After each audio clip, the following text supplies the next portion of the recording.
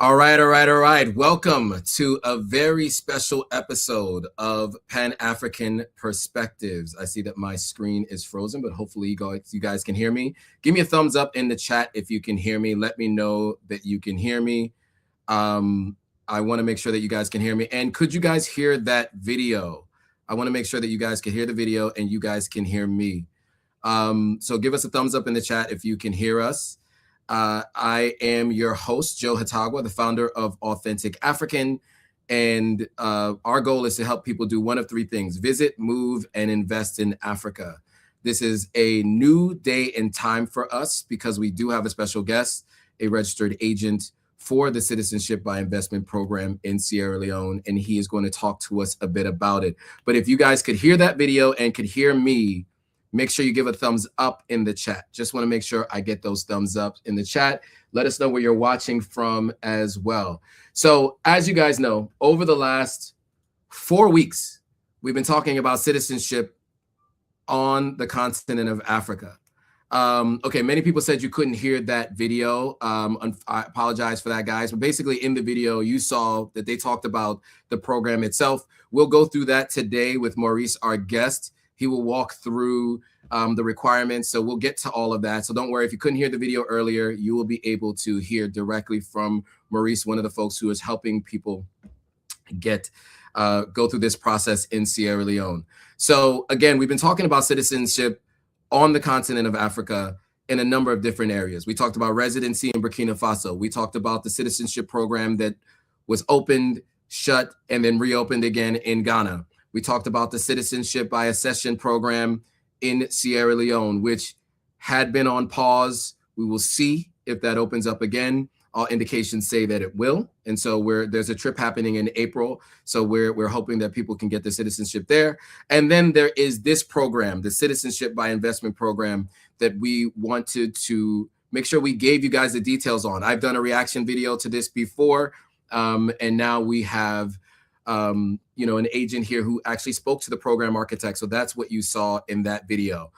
So without further ado, I'm going to bring our guest on. So our guest is Maurice. Maurice, welcome to the live stream. How you doing?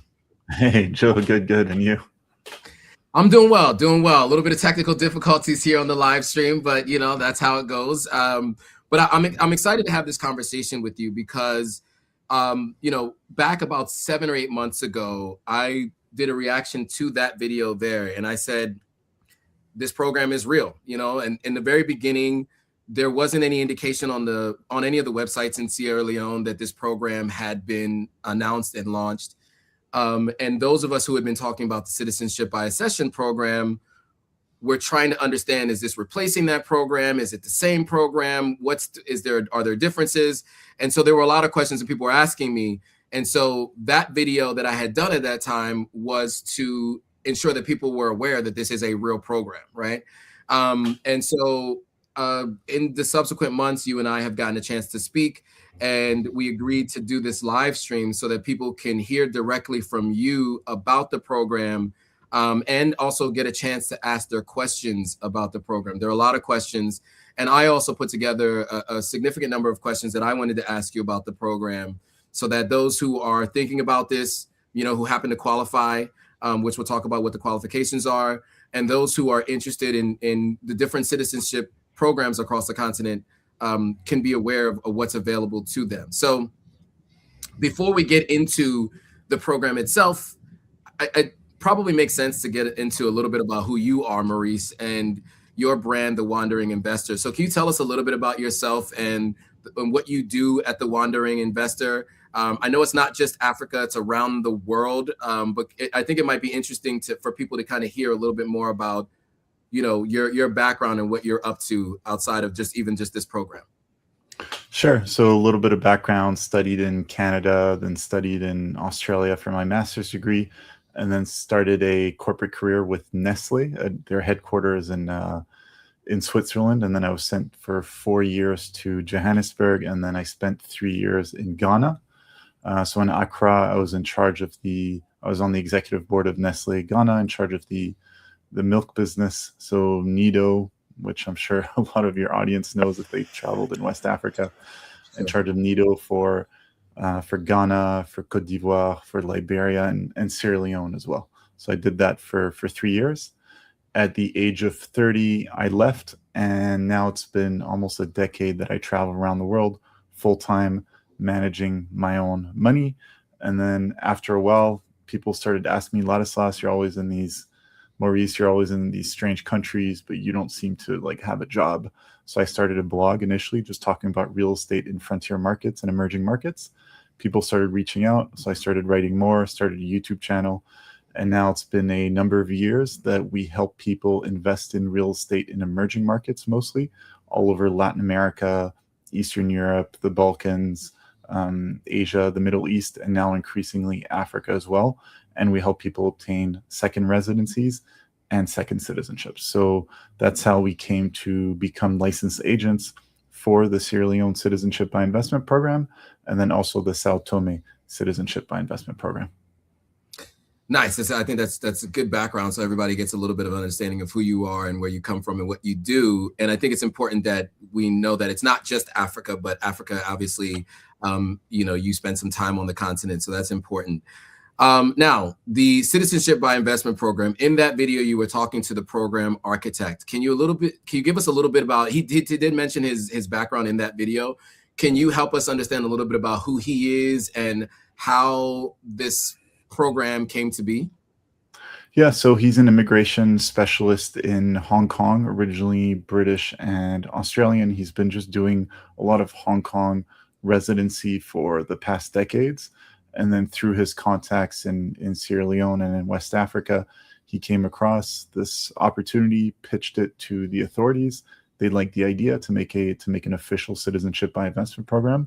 They gave him the master agency to run with it, the concession, and then he's been implementing that. And then we, as licensed agents, help promote and process applications. Got it.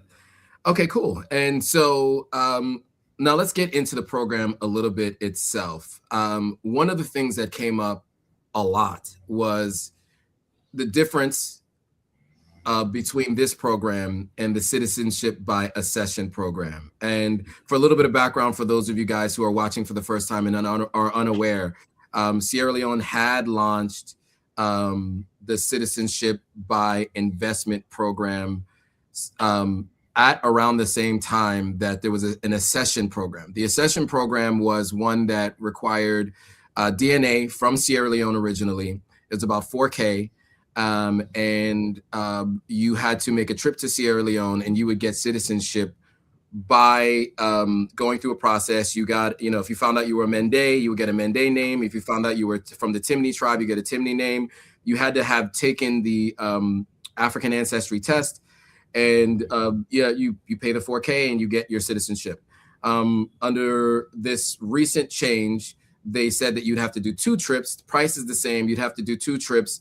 But that second trip was paused in December of last year, in October, even though the trip was planned for December. So just to bring everybody up to speed, that's a brief and short version of it. If you want to know more, you can go back to the channel and watch more videos on the details of how it got to that point. But that's where we are.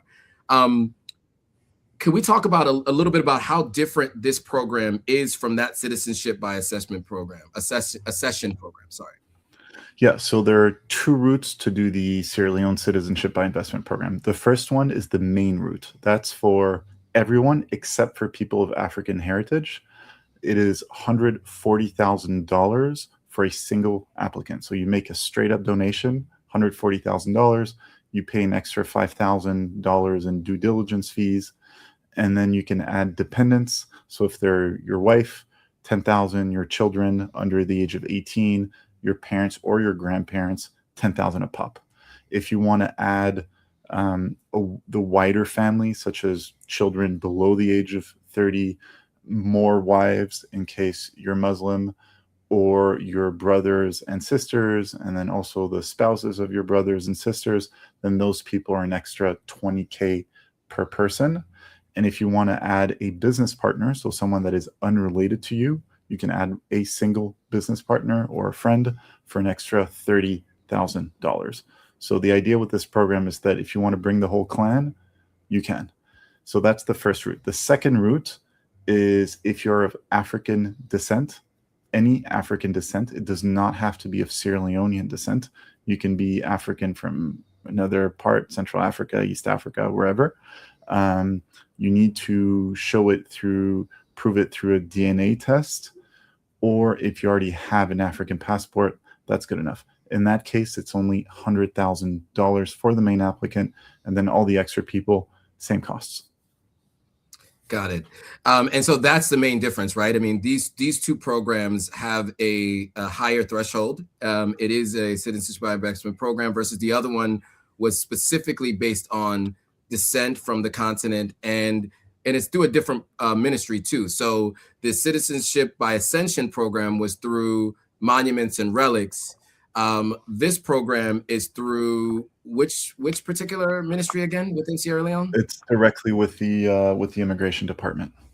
So this is with immigration directly. So it is completely two different programs. There is a question, I think it's a relevant one, and it's an interesting one before we move on. Somebody asked a question, because Botswana has been talking about a citizenship program and Benin had a separate citizenship program, can you speak to why you are focused on Sierra Leone and Sao Tome and Principe, by the way, as the other two? Botswana and Benin, why not those two as well? Cool, good question. Before, I'd like to go also and explain this whole process can be done entirely remotely. Okay. Unlike the one where you have to go twice and the dates are, changing and a little uncertain, and then you have to go down for a week and it's a bit last minute. This is entirely remote. You pay the money, and within 5 to 6 months, you get your passport and your citizenship. So just to make the difference clear. Now, in terms of Benin and Botswana has announced that they are in talks to launch a citizenship by investment program. They were supposed to launch in Q1 at some point. We're still waiting. So it's not clear whether it will launch at all, or maybe it will, but it seems to be taking a bit of time. The one in Benin is a bit similar to the one in Sierra Leone for people of African heritage, but you have to go there, and the process is quite messy in Benin. The interface is beautiful, but it doesn't seem like a lot of people are getting their passports these days. Got it. So that's a good point. And I think that's another good point in terms of the distinction and the difference. As you mentioned, the citizenship by investment program can be done completely remote, and it's done online, right? Whereas the other programs do require you to go in person. So depending on budgetary constraints, you choose which way you decide to go. Now, you did mention that there are two methods for the citizenship by investment program. So again, people of African descent can go through that process as well. And so in my mind, I'm thinking, because we're focusing on Pan-Africanism here, I'm thinking that's the part that I'm focusing on, right? Is those people of African descent. I'm focusing on, let's say maybe Black millionaires in America, people who are high net worth individuals of African descent in the diaspora. That's where I would focus. Anything outside of that would not be where my focus is on my platform, but knowing that this is available to other people, I think is one of the things that is of concern for other folks. And I see a comment there actually specifically speaking to that. Now, one of the concerns that I saw, and I don't know if you know the answer to this, but there's a question on, does this program, or is this program the reason for the pause of the other citizenship by accession program? What are your thoughts on that? And do you have any ideas on if that is the case? I really don't know. It's, as you mentioned earlier, it's two different departments. Are they, disagreeing on certain things? I really don't know, to be completely frank with you. It could be, it could not be. It could just be that there were issues with the normal kind of descendant program. I don't know. Fair. I think there definitely has been speculation as to that. We are waiting to hear back from them on when that program will come out of this phase of being paused. It is one that does come up a lot. I think that But there's a yeah. like the target markets are very different. You're either looking at people that have the time and last minute time to go twice to West Africa. No, I'm here. Sorry, my network's going in and out, but we're still here, so feel free. Or you're looking at people that just have the money to just pay and sign some documents, transfer the money or the crypto, and then they get the passport without having to go there. So the two are completely different target markets ultimately.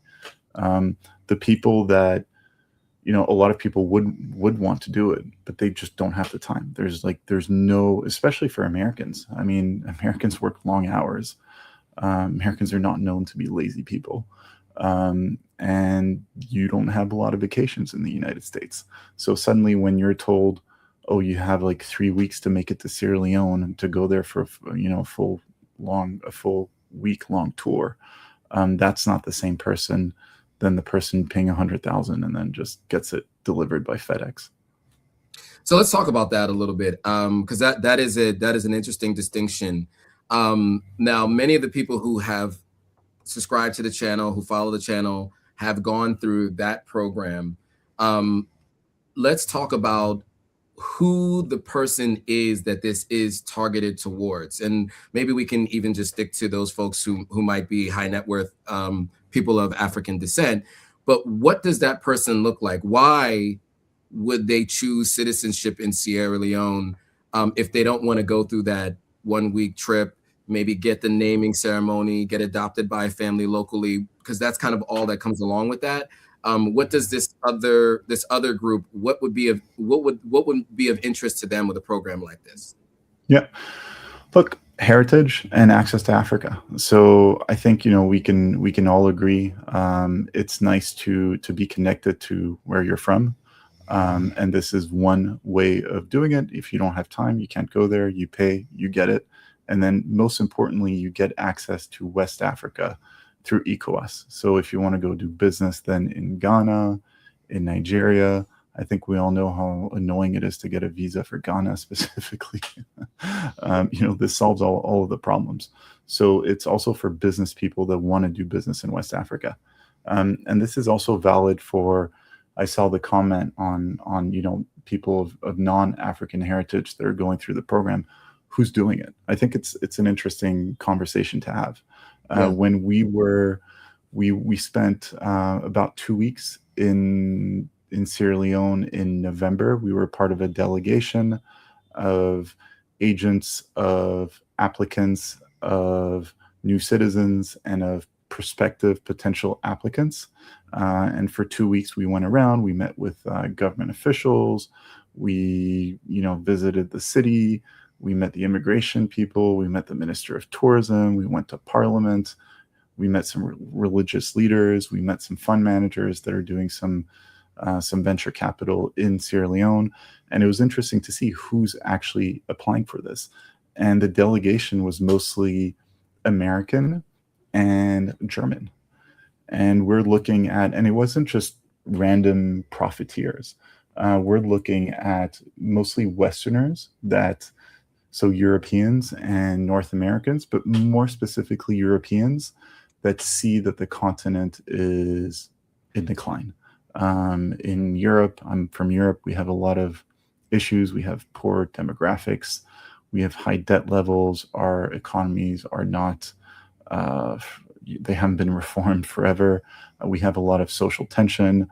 We have now war on the continent again.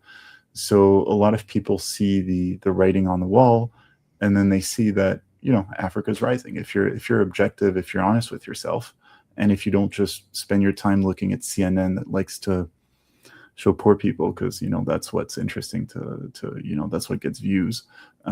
We all know people that spend time on the ground that the continent is changing. Things are getting better year after year. I mean, typically it's 2 steps forward, 1 step back, but still 2 steps forward. And these people are thinking, I want to be able to do business in West Africa.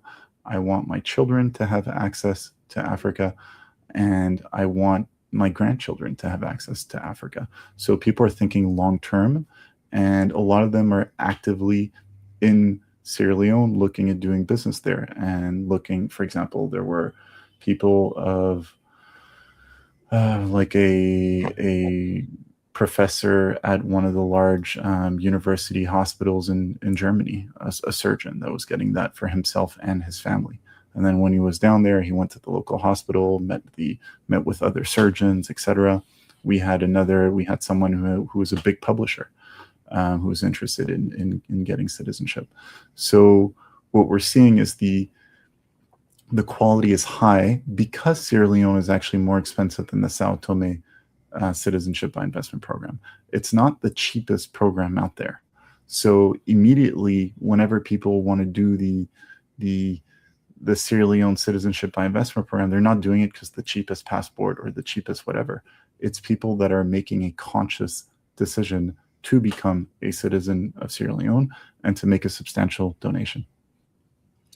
So on that point, I mean, I think you made a good point as to why people choose Sierra Leone for citizenship by investment. One of the things that I think I wanted to know, because I've now talked about different types of citizenship and I've done some research, and there are a few countries around the world that do citizenship by investment programs, many in the global South, but also in the global North, right? UK has had one. I've mentioned this before under Tony Blair during his time as Prime Minister of the United Kingdom. Back during the 90s, the United States has a version of it even now. How does the Sierra Leone Citizenship by Investment program differ from some of the other ones that you've seen, that you've worked on around the continent and even around the world? What is the difference here in this program with Sierra Leone? It's very similar to a lot of the other programs in the sense you make a donation to become a citizen. I think look, when you take a step back, there are multiple routes to citizenship. You either across the world, you can either be born in a country and get citizenship there because your parents happen to be there as foreigners. You can just be born as a citizen. You can also just immigrate normally through, a job offer or a green card, something like that. You can pay for it, which is the case here in Sierra Leone, or you can, jump a fence, jump the border, stay long enough, get legalized. So this is this sort of immigration where you actually pay for the privilege of becoming a citizen. It's just very easy money for the government, one. And two, you're just getting new citizens that are very high net worth individuals. I mean, think of who is paying $140,000 to become a citizen of Sierra Leone. I mean, let's be honest with ourselves. It's only people with a lot of money and people that have vision. So suddenly the country has all of these new citizens around the world that are talking positively about the country, very positively about the country. They became a citizen. They paid a lot of money for it. It's just new ambassadors going around and putting Sierra Leone on the map, and it literally costs Sierra Leone nothing. And it's not like these people are using public services or anything. So it's win-win for everyone. It's just such easy money. A good point. So one of the things that come up a lot when I talk about these citizenship by investment programs is the fact that previous citizenship by investment programs in other countries led to unsavory characters getting citizenship in other countries, high net worth, unsavory characters, right? Especially some of these European programs from the 90s, where folks who were coming from places, war-torn countries, people who are profiteering off of war, et cetera, were getting citizenship. So I do want to talk about the due diligence process that's required.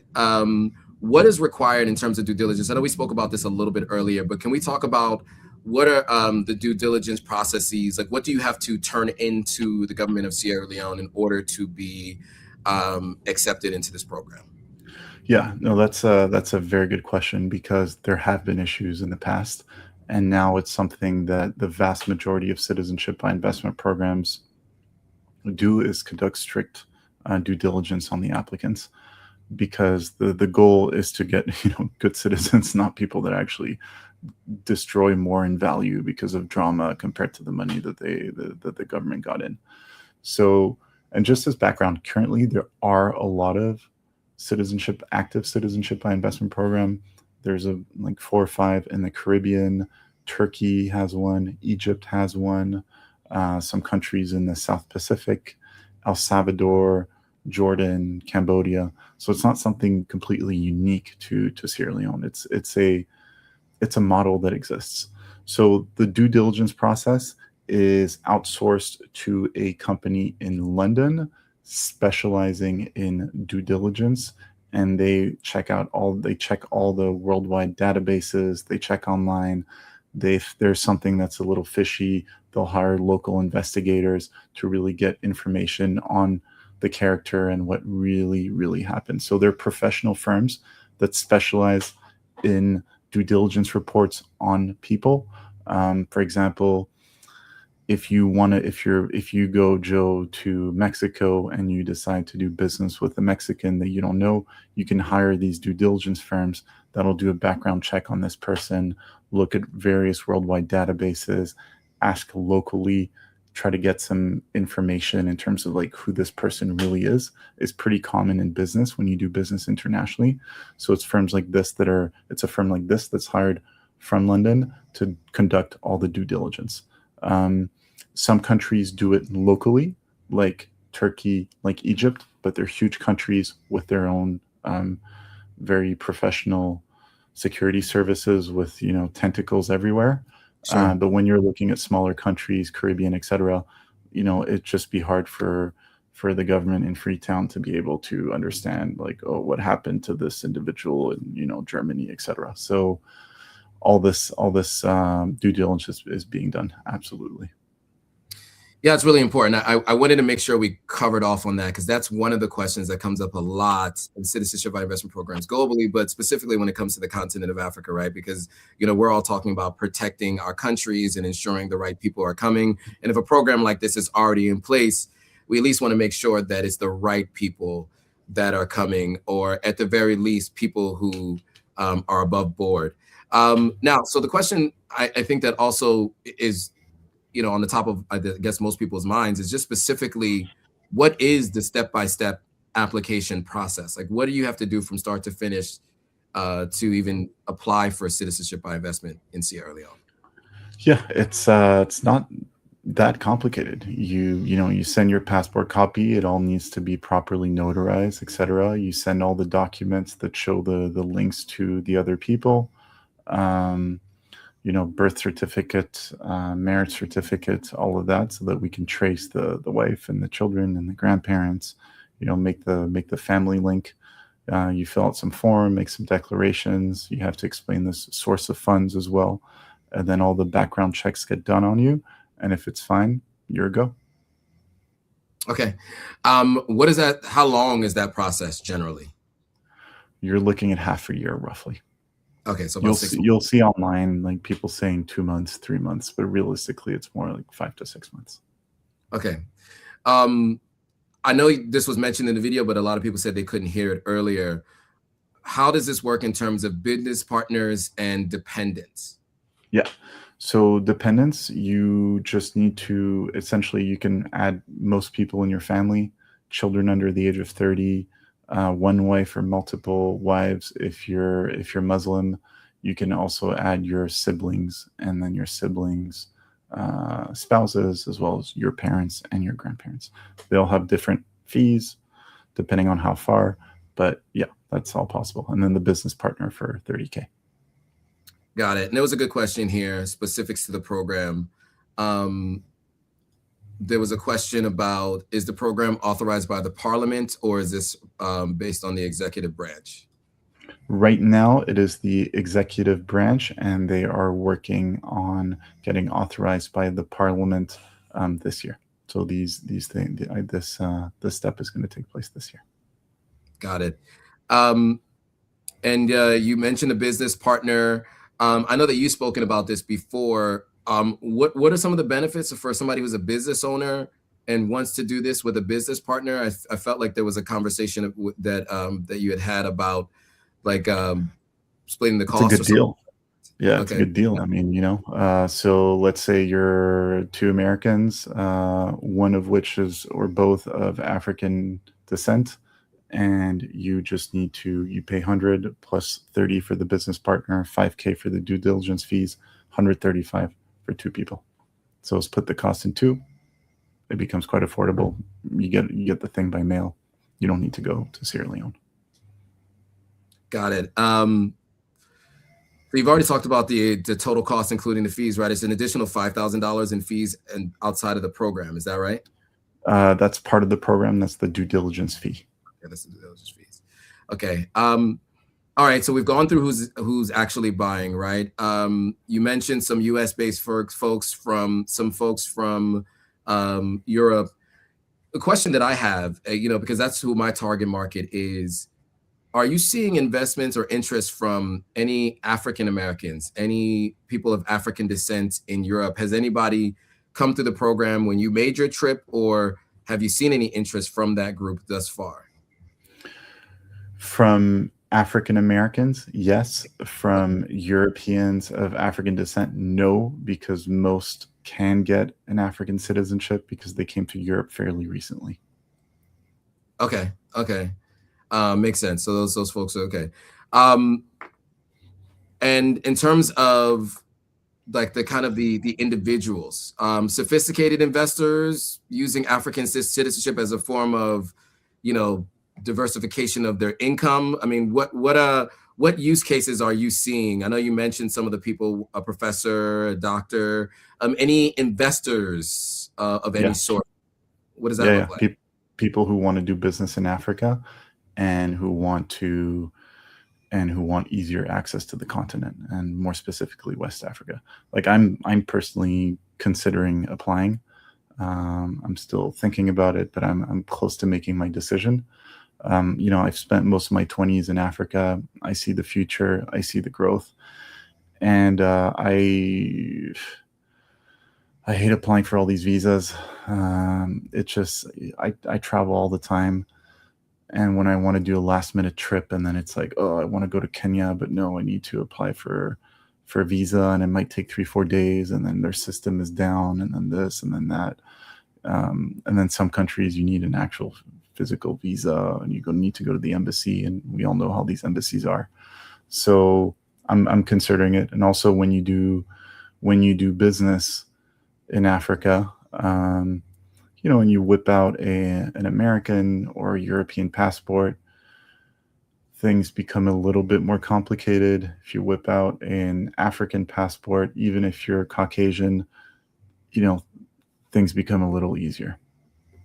Interesting. I was not aware of that. Okay, so question on the number of people. There was a question about how many people have gone through this program thus far, and when was it launched again? Can you remind us? When did it officially kick off, and then how many? It was launched in January, I think January 2025 or so, I think. Okay, so January 2025. Do you know how many people have gone through the program thus far? I don't have the exact figures, but it would be a few dozen. Okay, a few dozen. So yeah. So it's been a number of people at more than 20 people have gone through this program. Yeah. Interesting. Okay. Yeah. Okay. So it's not thousands. Sierra Leone is not being flooded. Let's be clear. It is a very niche product, but there is demand. Okay. And I think demand is absolutely going to grow. Okay, got it. Now, just in terms of like the diaspora specific opportunity, right? I'm thinking about like for African Americans with significant assets, what advantages could might not be immediately obvious for them, right? If they're thinking about diversifying their assets outside of the United States, something that may not be obvious to them, but if they're watching this video and they're thinking about getting citizenship, what advantages might not be immediately obvious that they could potentially benefit from? Look, I mean, if we're completely honest, no one needs the citizenship. You can go to Sierra Leone and you can do most investments, using a local company. You don't, like, no one fundamentally needs this. If you want to go to do business in Nigeria, just apply for a visa, create a local company. You can do it. The benefit is just it's easier, and then your existing children and then future children, as long as they get, registered at the embassy, will have access to it. So it's a generational move. I think that's what I really want people to understand. When you go through this program, you're not just going through this program for yourself, but you are doing this for your future descendants. So, let's say you're 60, your kids are in their 30s, they're going to start having kids soon. You do this program now, like all your future grandchildren will become citizens of Sierra Leone. They'll have this dual citizenship. They will have access to Africa as Africans, not with a US passport. And I think as part of their identity, in terms of their roots and in terms of business opportunities later on, it'll just open a world of opportunities to them. So I think it's really, some people make this investment just for themselves, Sure. but most people think long-term, beyond themselves. Fair. What safeguards are in place to ensure investors are aligned with Sierra Leone's long-term interests? I mean, what do you like? What harm can really the people do? Like, they're not going to be voting. If I become a citizen of Sierra Leone, am I going to start voting? No. Am I going to start getting involved in local politics? Like, no one would listen to me. So it's like, that's not what people are in it for. If they want to do bad things, they don't need the citizenship. That's fair, because I think that's one of the questions I think people are trying to figure out is, if someone gets citizenship, how do they make sure it's not extractive and it actually improves the country? I think that's really what the questions I think people are trying to understand. Do you have any thoughts on, You don't need the citizenship to extract. Just like, Right. Look at all the people that have extracted from Africa. Did they have citizenship? Did they need citizenship to extract? Let's be honest here. They never needed citizenship. They just extracted. So, if people are willing to just pay that sort of money to become citizens, whether they go on and extract or not, they could have done it anyways.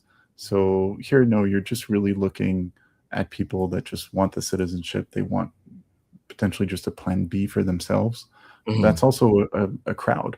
It's people that don't necessarily want to live in Sierra Leone or in Africa, but they just want a plan B passport in case things were to take a bad turn in their own country. And then they could just use this to go live in Ivory Coast, or live in Senegal, or go chill in Gambia, or in Cape Verde. So, not like, I understand the concern, but you do not need citizenship to extract. And there are countless examples. Yeah. So questions now. Yeah, that makes sense. And so to that point, I think, so your view basically is, look, if you're not going to spend that kind of money to do the things that people have been doing for hundreds of years on the continent, that's your view, basically. It's like, if you're doing this, it's for other reasons, less likely that. Okay. Now, I do have some questions just in terms of your own personal viewpoint. In that video and earlier, you mentioned you were considering potentially going through this program. What makes you think about the potential for going through this program? Or why not? Why or why not, I guess, is the question, really. Okay, why not is the amount of money. Yeah. If it was 10,000, I'd already be brandishing my passport. Look, it's a lot of money.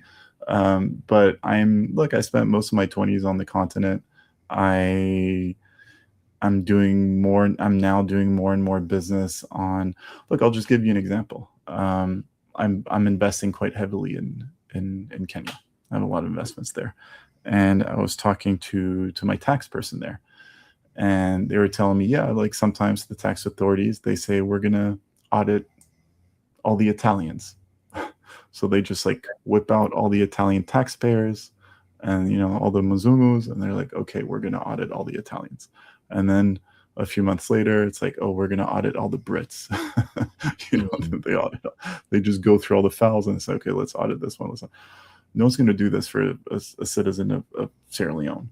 No one's going to wake up in Nairobi at the Nairobi tax office saying we're going to now audit all the Sierra Leoneans.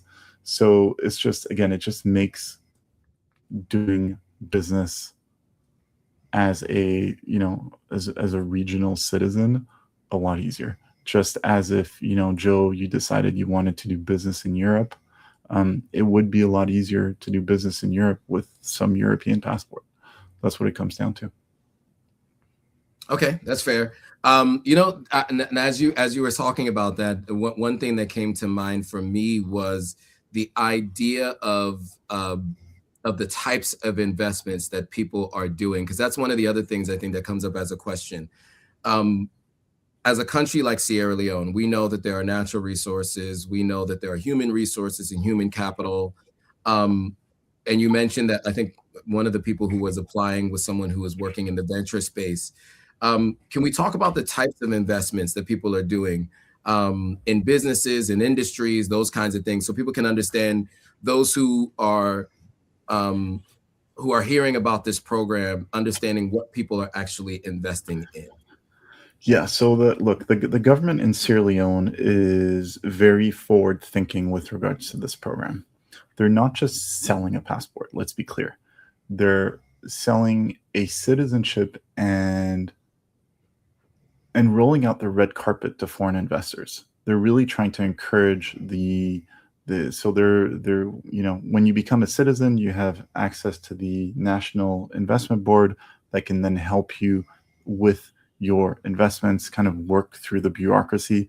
I think we all know it's a quite bureaucratic place, and sometimes things just don't work. So they're saying, look, come become a citizen, and then we'll help you with your investments. We'll, create the company for you, and then we'll try to make sure things are a bit easier for you, and we'll guide you through the process of investing in the country. So for now, most people that have recently obtained their passports, they're still most just want a plan B. Let's be clear. Most just want a plan B. Most will probably not go to Sierra Leone. They just want a back pocket plan B passport. But many will want to invest in the region. So when we were on this delegation, there were 3 people, just give examples, that were actively looking and making investments.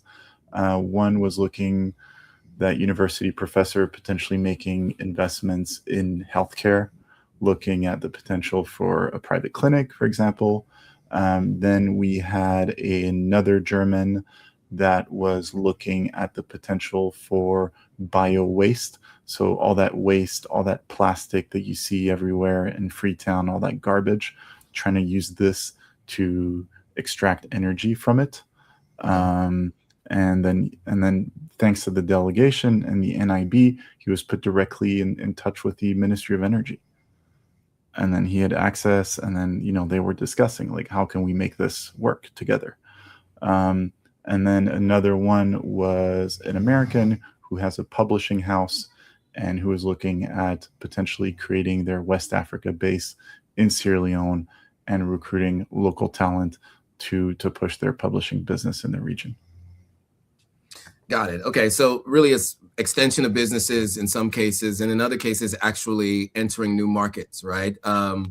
I think I've heard people talk about the waste to energy program. I think China's been doing that really well, right? Turning their waste into reusable energy. That's obviously needed in Sierra Leone. So it's interesting to hear that one of the applicants was thinking about doing something to that nature, something of that nature. Okay, so a couple of questions just on the kind of the long-term impact. What in your mind would make this program a long-term success? Being faster to process applications. If instead of 6 months, you could do it in 3 months, that would be helpful. Okay. And then what risks should serious applicants evaluate carefully? Look, in terms of risks, there aren't objectively, what's the risk of becoming a citizen of Sierra Leone? Objectively, not that many. I'd ask the question, what's the risk of becoming a U.S. citizen? Might get drafted to go to Iran for Israel. That's not going to happen in Sierra Leone. Fair to say. Any other thoughts, anything I didn't ask you that you want to make clear to those watching or considering a citizenship by investment program? Look, at the end of the day, it's very niche. Let's be honest. It's not right for 99.9% of people, but there is a 0.1% of people for whom this would be a very good mix. And look, the world is changing. Africa really is now rising. It's happening. We're not in the 70s or 80s anymore. The global South is emerging. There's more and more South to South business. China, India with Africa, etc. The continent is becoming increasingly, I'd say, independent as well in its foreign policy. Before, it was very much dependent on the West entirely, and now it has the choice to choose its own path. And we can see some countries that are, playing a bit with the West and playing a bit with the Chinese, and going back and forth, and suddenly dipping a toe in Russia. And this is very healthy for the continent. You can tell that the continent is gradually, getting a real foretaste for sovereignty, which it didn't have for a long time. And as long as it continues in this pathway forward of being rational and looking out for its best interests, it'll do well. And so it would be well recommended. I mean, if you're African American and you have a bunch of money, I think it's one of the greatest gifts that you can leave to your children and grandchildren. We have family offices in the U.S. that are going through the program. They see, their legacy for their future generations, not just as a bunch of assets or culture and a specific, know-how, network, etc., but also the third pillar is citizenships, and having access to more countries across the world, especially in emerging markets. Got it. I think that's really helpful and useful. Now, there are some comments and questions in the chat that weren't immediately relevant to the discussion at the point in time where I was asking those questions. I do want to get to some of them if you have some time to maybe respond to some of the questions and comments. Some are a bit controversial. So if you're open to it, we can go through them. So we have one here from Aya, who says, the whole aesthetic screams of atrocity and violence of African erasure and turbo crony capitalism, respectively covered in academia and democracy. This painting, okay, I won't say all that. But what are your thoughts on a comment like this? I'll put it this way: as a European, we're also quite disgusted with what a lot of our governments are up to. They were victimizing Africa for a long time, and now they're victimizing other people. We can see it in the Middle East right now. It's absolutely disgusting. What I can tell you is that the applicants that I've personally met that are going through this program are not at all like this. Because again, the people that go around extracting and abusing do not need a Sierra Leonean passport. They can just bully their way in, throw money around, get things done. This here is just normal upper middle class people, with a few million, so high net worth individuals that just want, a backup plan, want access to do business on the continent. Again, you do not need the passport to commit ill. Good point. Good point. I think something along those same lines here was we should be careful with these kinds of initiatives. Getting Sierra Leonean citizenship gives access to ECOWAS and other African free trade programs. I guess I'm guessing your answer would be similar to this, the last one. I mean, it's kind of the point, you know. It's one of the selling points of Sierra Leone with the passport of the citizenship. It's you have access to ECOWAS. Like some people just literally just want it to be able to retire in like Cape Verde and not have to go through their own thing. They can just, as an ECOWAS citizen, fill out that one page, pay their $25, and then they're good. So, yeah, I mean that's part of the that's part of the selling points for sure. Okay, one last one I see here. And by the way, that's why I would do Sierra Leone and not Sao Tome, because Sao Tome does not have ECOWAS. Sao Tome just has Sao Tome, and then a bit of like Africa, visa free, easier. But you know, I want ECOWAS. I want West Africa. Again, just for those who aren't aware, there are certain countries, about 5 countries, if I'm not mistaken, right now, that offer access to their country, either for, you can still sign up for the visa and get the visa for free, or not need a visa at all to visit those countries if you have African citizenship. So to your point that you were just making about the Sao Tome and Principe citizenship, that'll allow you to travel to those countries within the continent. I think maybe it's 5 or 6 countries now that allow you to go there without needing a visa if you have African citizenship. So just to make sure I gave that additional context for those who are watching. All right, one last question, it seems, from the audience here. And this one was actually, and I missed this one when we were talking about voting earlier. And one of the points here was that one may not intend to vote, but they can. It's not a reason to get it, but it is a benefit that can be used, especially those into politics and want to see change that benefits themselves in some way. Thoughts on that particular comment? I mean, if all, few dozen people get together and say we're going to be one voting block, I doubt it's going to change much. Yeah. So, I mean, it's too small to matter, even if everyone voted. And we all know how hard it is to vote. Like, it's actually hard to vote. Like, you need to go back to Sierra Leone, and the embassies often have problems. And so if suddenly everyone agrees, oh, let's go back to Sierra Leone and get registered, and it works, and we all vote as a block of 30 people, again, the scale is too small to even matter, statistically speaking. Yeah, to speak to that point, you do have to register, at least just from my personal experience, because I am a citizen in Sierra Leone, you do have to register to vote at least 8 months or so in advance, and you have to be on the ground to register to vote. You cannot register to vote remotely.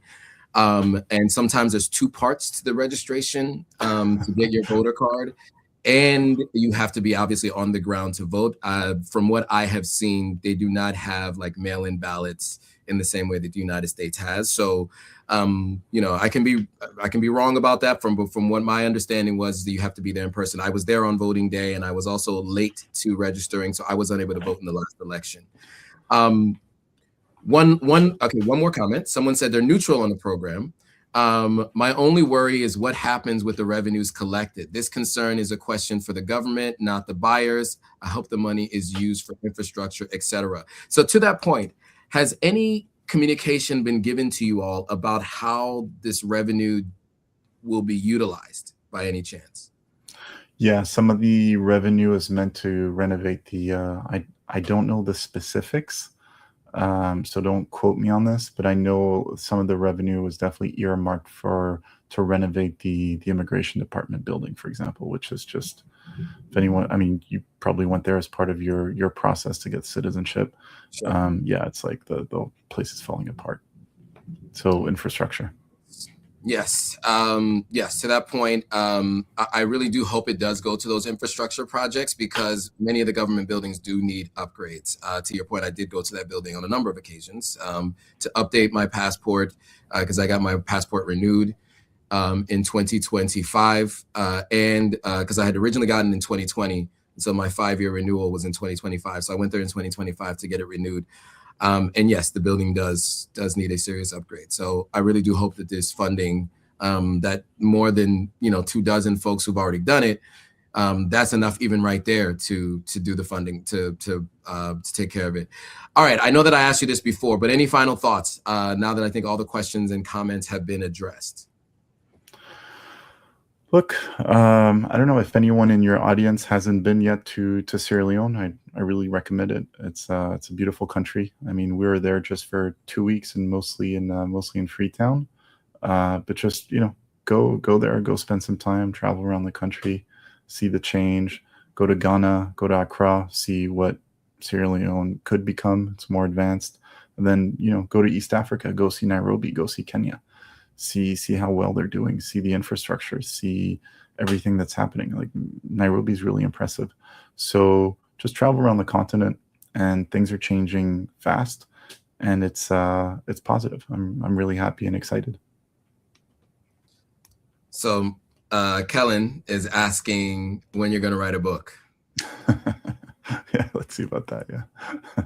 Okay, cool. So now I've obviously been following what you've been up to over the last year since this program launched, and I do know that you focus on a lot of different countries around the world.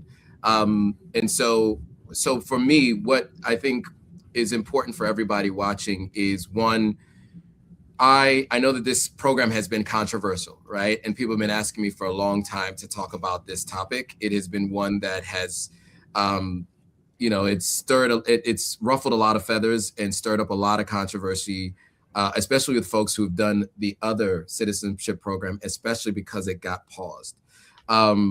What I came to see this program as is an additional program to a program that was already in place that needed to be worked on. I think I had this conversation on this past Monday. The other program that's in place needs to get figured out and needs to go live. If we have two programs like this, fine. In my opinion, I just think that if people have concerns about people who are not African going through this route, then I think it's on us to find people of African descent who have the means to also go through this route. Because at the end of the day, this program is here. It's obviously been working. A couple dozen people here. It's not going away. So the option that we have is to find other folks that we know can benefit from this program, that we want to see utilizing this program, right? Because at the end of the day, that is what you have. Also, I want to thank you for joining this live stream. I know that there was going to be some controversial questions. You knew that it was coming. I appreciate you agreeing to take some of the more controversial questions and to answer them, because I knew they were coming. And look, this is not a topic that I think is going to be done today. So we'll see if as this program evolves. I'd love to have you on again, maybe to speak more, maybe do a part 2. People have further questions, they can always put them in the comments below. This video will live on the different platforms as a full-on video, so you can always comment there. We could potentially bring Maurice back for a separate conversation to maybe address some of those questions. Also more than happy to answer those questions in the comment section below.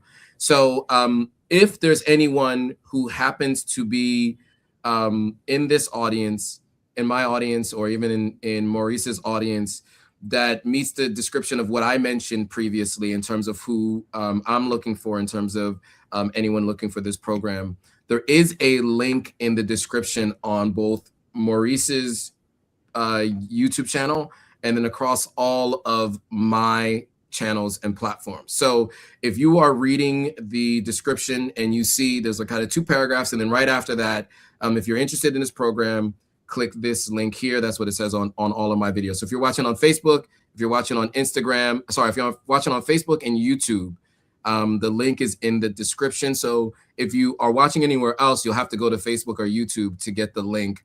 But the link will also be in my Instagram bio. So you can also pop over to the bio there if you're watching on Instagram, so that you can click on the link. It has a short questionnaire where you can answer some questions. One other thing I realized I didn't mention, and you mentioned it, it's a donation. I do want to make that distinction. There's a lot of questions that people have, and I know that we meant to close this out, but there's a lot of questions that people have around the idea of investment versus donation. It is called a citizenship-by-investment program. But to be clear, you're not investing in something to potentially get a return, right? Like, you're not investing in real estate or a business. Can we talk about that? Because there had been other names for this program that have been thrown out there, and it made people think that they are getting something in return as a part of investment. Can we talk about the fact that it's more of a donation than an investment, just for those who are thinking about this program? Yeah. It's called citizenship by investment because that's just the industry. It's called citizenship by investment. But in reality, it's a pure donation. You're never seeing that money. It's a one way. I think that's very, very important for those considering this program. Really important to know that. All right. Thanks again, Maurice, for doing this. I really appreciate it. Thank you guys for watching and participating. Those of you who had questions and comments, I hope that we answered all of your questions. If we didn't, put them in the comments below. If you found this interesting, give this video a thumbs up. If you know anybody who wanted to know more about this program but wasn't able to join the live stream, share this video with them so they can get a chance to watch this and ask their questions if they have it. If you haven't already, hit that subscribe button, hit that notification bell so you're notified every time a new video comes out. We will be doing more videos like this over time. So once again, thanks for watching, and I'll see you guys all on the next video. Bye, guys.